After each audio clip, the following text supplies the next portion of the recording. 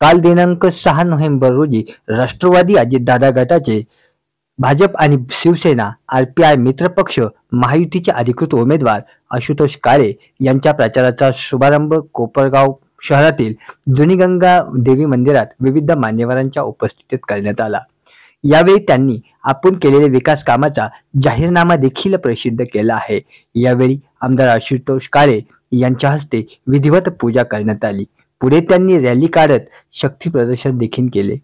या प्रसंगी माजी आमदार अशोकराव काळे, गोदावरी दूध संघाचे चेअरमन राजेश परजणे, माजी नगराध्यक्ष विजयराव वहाडणे, माजी नगरसेवक हाजी महमूद शेख, फकीर कुरेशी आदींसह राष्ट्रवादी काँग्रेस गट, Bharatiya Janata Party, Shivsena, Republican Party, Athawale गट तसेच मित्रपक्ष महायुतीचे पदाधिकारी व कार्यकर्ते बहुसंख्येने उपस्थित होते।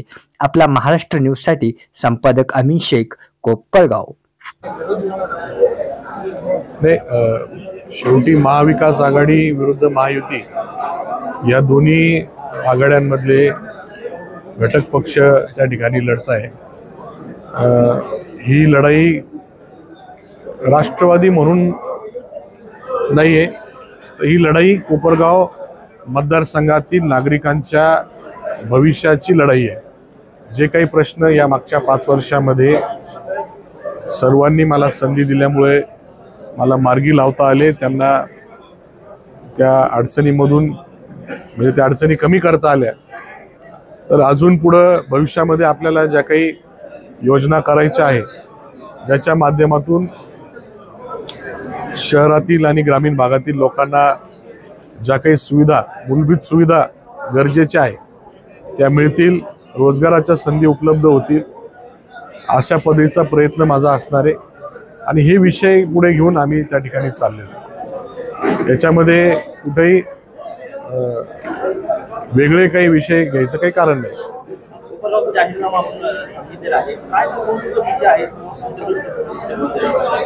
जसं मी सांगितलं का, कोपरगाव मतदारसंघामध्ये 4 इरिगेशन किंवा 4 पद्धतीने त्या ठिकाणी पाणी मिळतंय। निळवंडे असेल, गोदावरी कालवे असतील, NMC असेल किंवा पालखेड असेल, तर त्या भागातल्या अडचणी आहे त्या सोडवण्यासाठी निधीची गरज आहे। या सर्व गोष्टी त्या ठिकाणी सोडवणार। रस्त्यांच्या बाबतीमध्ये अजून निधी उपलब्ध करून रस्ते चांगले दर्जाचे कसे होतील, अजून जे स्टेट हायवे आहे ते चांगले झाले पाहिजे। तसेच MDR असतील, ODR असतील किंवा ग्रामीण मार्ग असतील, यांनाही निधी आणून ते रस्ते केले पाहिजे। जे रस्ते नकाशावर नाही आहे ते नकाशावर आणून त्यांना निधी उपलब्ध करायचा आहे। आणि तसेच विजेच्या बाबतीमध्ये जे ट्रान्सफॉर्मर असतील, सबस्टेशन असतील, यांची क्षमता वाढ करायची, यांची संख्या वाढवायची आहे। जास्तीत जास्त सौर ऊर्जेवर चालणारे प्रकल्प त्या ठिकाणी उभारून लोकांना दिवसा वीज मिळेल कशी मिळेल याचा प्रयत्न करायचा आहे। सौरवर चालणारे पंप त्या ठिकाणी प्रत्येकाला मिळवून देण्यासाठी प्रयत्न करायचा आहे। रोजगाराची संधी उपलब्ध झाली पाहिजे किंवा उद्योग टाकण्यासाठी व्यवस्था उपलब्ध झाली पाहिजे, म्हणून MIDC आपण मंजूर करून आणलेली, तिथे नवीन उद्योग आणायचे आणि नवीन MIDC आपल्याला अजून कोपरगाव शहरामध्ये त्या ठिकाणी चालू करून तिथे देखील संधी उपलब्ध करून द्यायची आहे। अशा पद्धतीचा प्रयत्न या 5 वर्षामध्ये करणारे तेच घोषणापत्रामध्ये सांगितलं।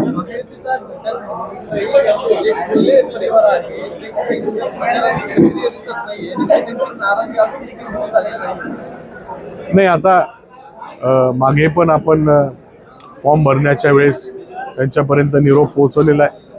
त्यावेळेस काय कारण होतं त्यांचं त्यांना माहिती। आणि आताही आज प्रचाराचा शुभारंभ करायचा, तर मी त्यांना निमंत्रित केलेलं होतं, तर ते नाही आले, तो आता त्यांचा अधिकार आहे। पक्षाच्या लेवलला काय असेल ते चर्चा करून त्या ठिकाणी महायुतीचं काम करतील। कारण काही ठिकाणी ज्या अशा मीटिंग आहे काही ठिकाणी झालेल्या आहे, त्याच्यामध्ये महायुतीचं काम करायचं आहे असं त्यांनी सांगितलं। आता तुमच्यापर्यंत कधी सांगतील याची मला कल्पना नाही। नाही, ही निवडणूक आपल्या कोपरगाव मतदारसंघाचे प्रश्न सोडवण्याची निवडणूक आहे। धनशक्ती वगैरे वगैरे अशी काही निवडणूक नाही। आपले प्रश्न किती या 5 वर्षामध्ये सोडवायचे, जशा पद्धतीने लोकांनी साथ दिली तशाच पद्धतीने पुढेही मला आशीर्वाद मिळणार आहे. कारण की कामं लोकांचे झालेले, जे काही कामं झालेले ते लोकांना दिसत आहे, जाणवत आहे आणि म्हणून लोकांचा आशीर्वाद मिळतो. ही निवडणूक वेगळ्या कुठल्या मुद्द्यावर काही घ्यायचं काही कारण नाही.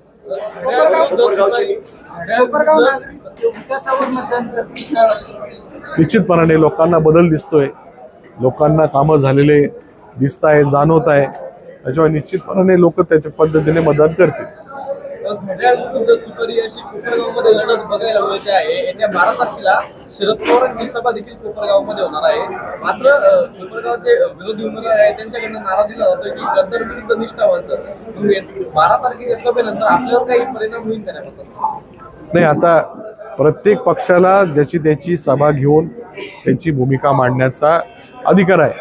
त्याच्यामुळं जे ते त्या ठिकाणी करणारच आहे. पण आपण जे काही कामं या 5 वर्षामध्ये केलेले आहे ते घेऊन आम्ही लोकांपुढे जातोय. आमची कुठेही पवार साहेबांवर नाराजीचा विषय नाही. आम्ही कुठेही त्यांच्यापासून वेगळे नाही. आम्ही विकास कामांसाठी त्या ठिकाणी अजितदादांना साथ दिली आणि हे 5 वर्षामध्ये ज्या ज्या ठिकाणी अडचण आली त्या ठिकाणी सर्वांनीच पक्षामधल्या लोकांनी मदत केली. प्रश्न मार्गी लावणं ही प्राथमिक एक लोकप्रतिनिधीची जबाबदारी आणि ते करण्यासाठी जे काही करावं लागलं ते त्या ठिकाणी आम्ही केलं. त्याच्यामध्ये कुठेही आम्ही गद्दारीचा काही विषय नाही. त्याच्यामुळं सभा होणार आहे, त्यांची भूमिका येणार आहे, त्याच्यामध्ये काही चुकीचा काही विषय नाही.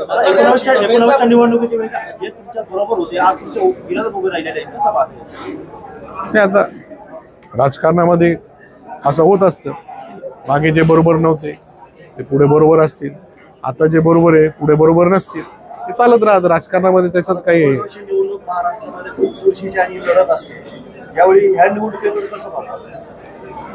नाही. आम्ही समोर किती पक्षांचे किती उमेदवार आहे यांना आम्ही काही कमी लेखत नाही. आम्ही प्रत्येक मतदारांपर्यंत जाऊन प्रत्येकाला विनंती करण्याचं काम करतो. झालेले कामं लोकांना सांगतो आणि त्यांचाही चांगला प्रतिसाद आहे, कारण त्यांना झालेलं दिसत आहे किंवा मंजूर आहे. आपण कुठेही खोटा शब्द दिलेला नाही. जे काय होणार आहे, जे काही मंजूर आहे तेच लोकांना सांगतोय. त्याच्यामुळं या निवडणुकीमध्ये जरी उमेदवार असले, कितीतरी पक्ष असले, परंतु पॉझिटिव्ह रिस्पॉन्स सर्व मतदारांचा मिळतोय. त्या पद्धतीने आपण सामोरे जातो.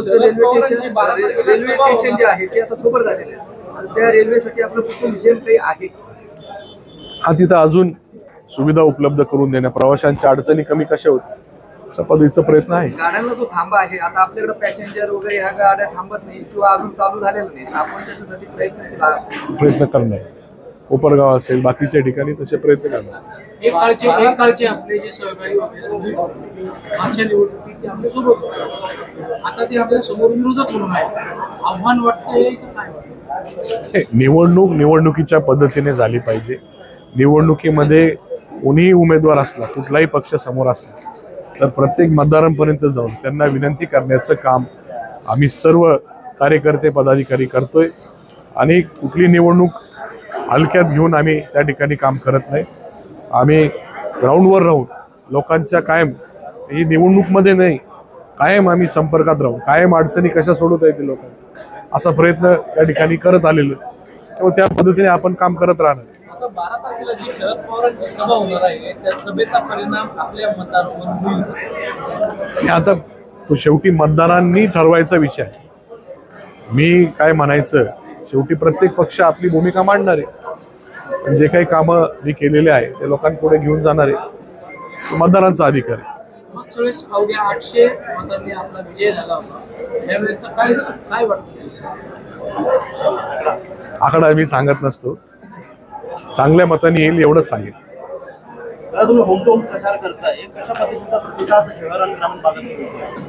एकदम पॉझिटिव्ह रिस्पॉन्स.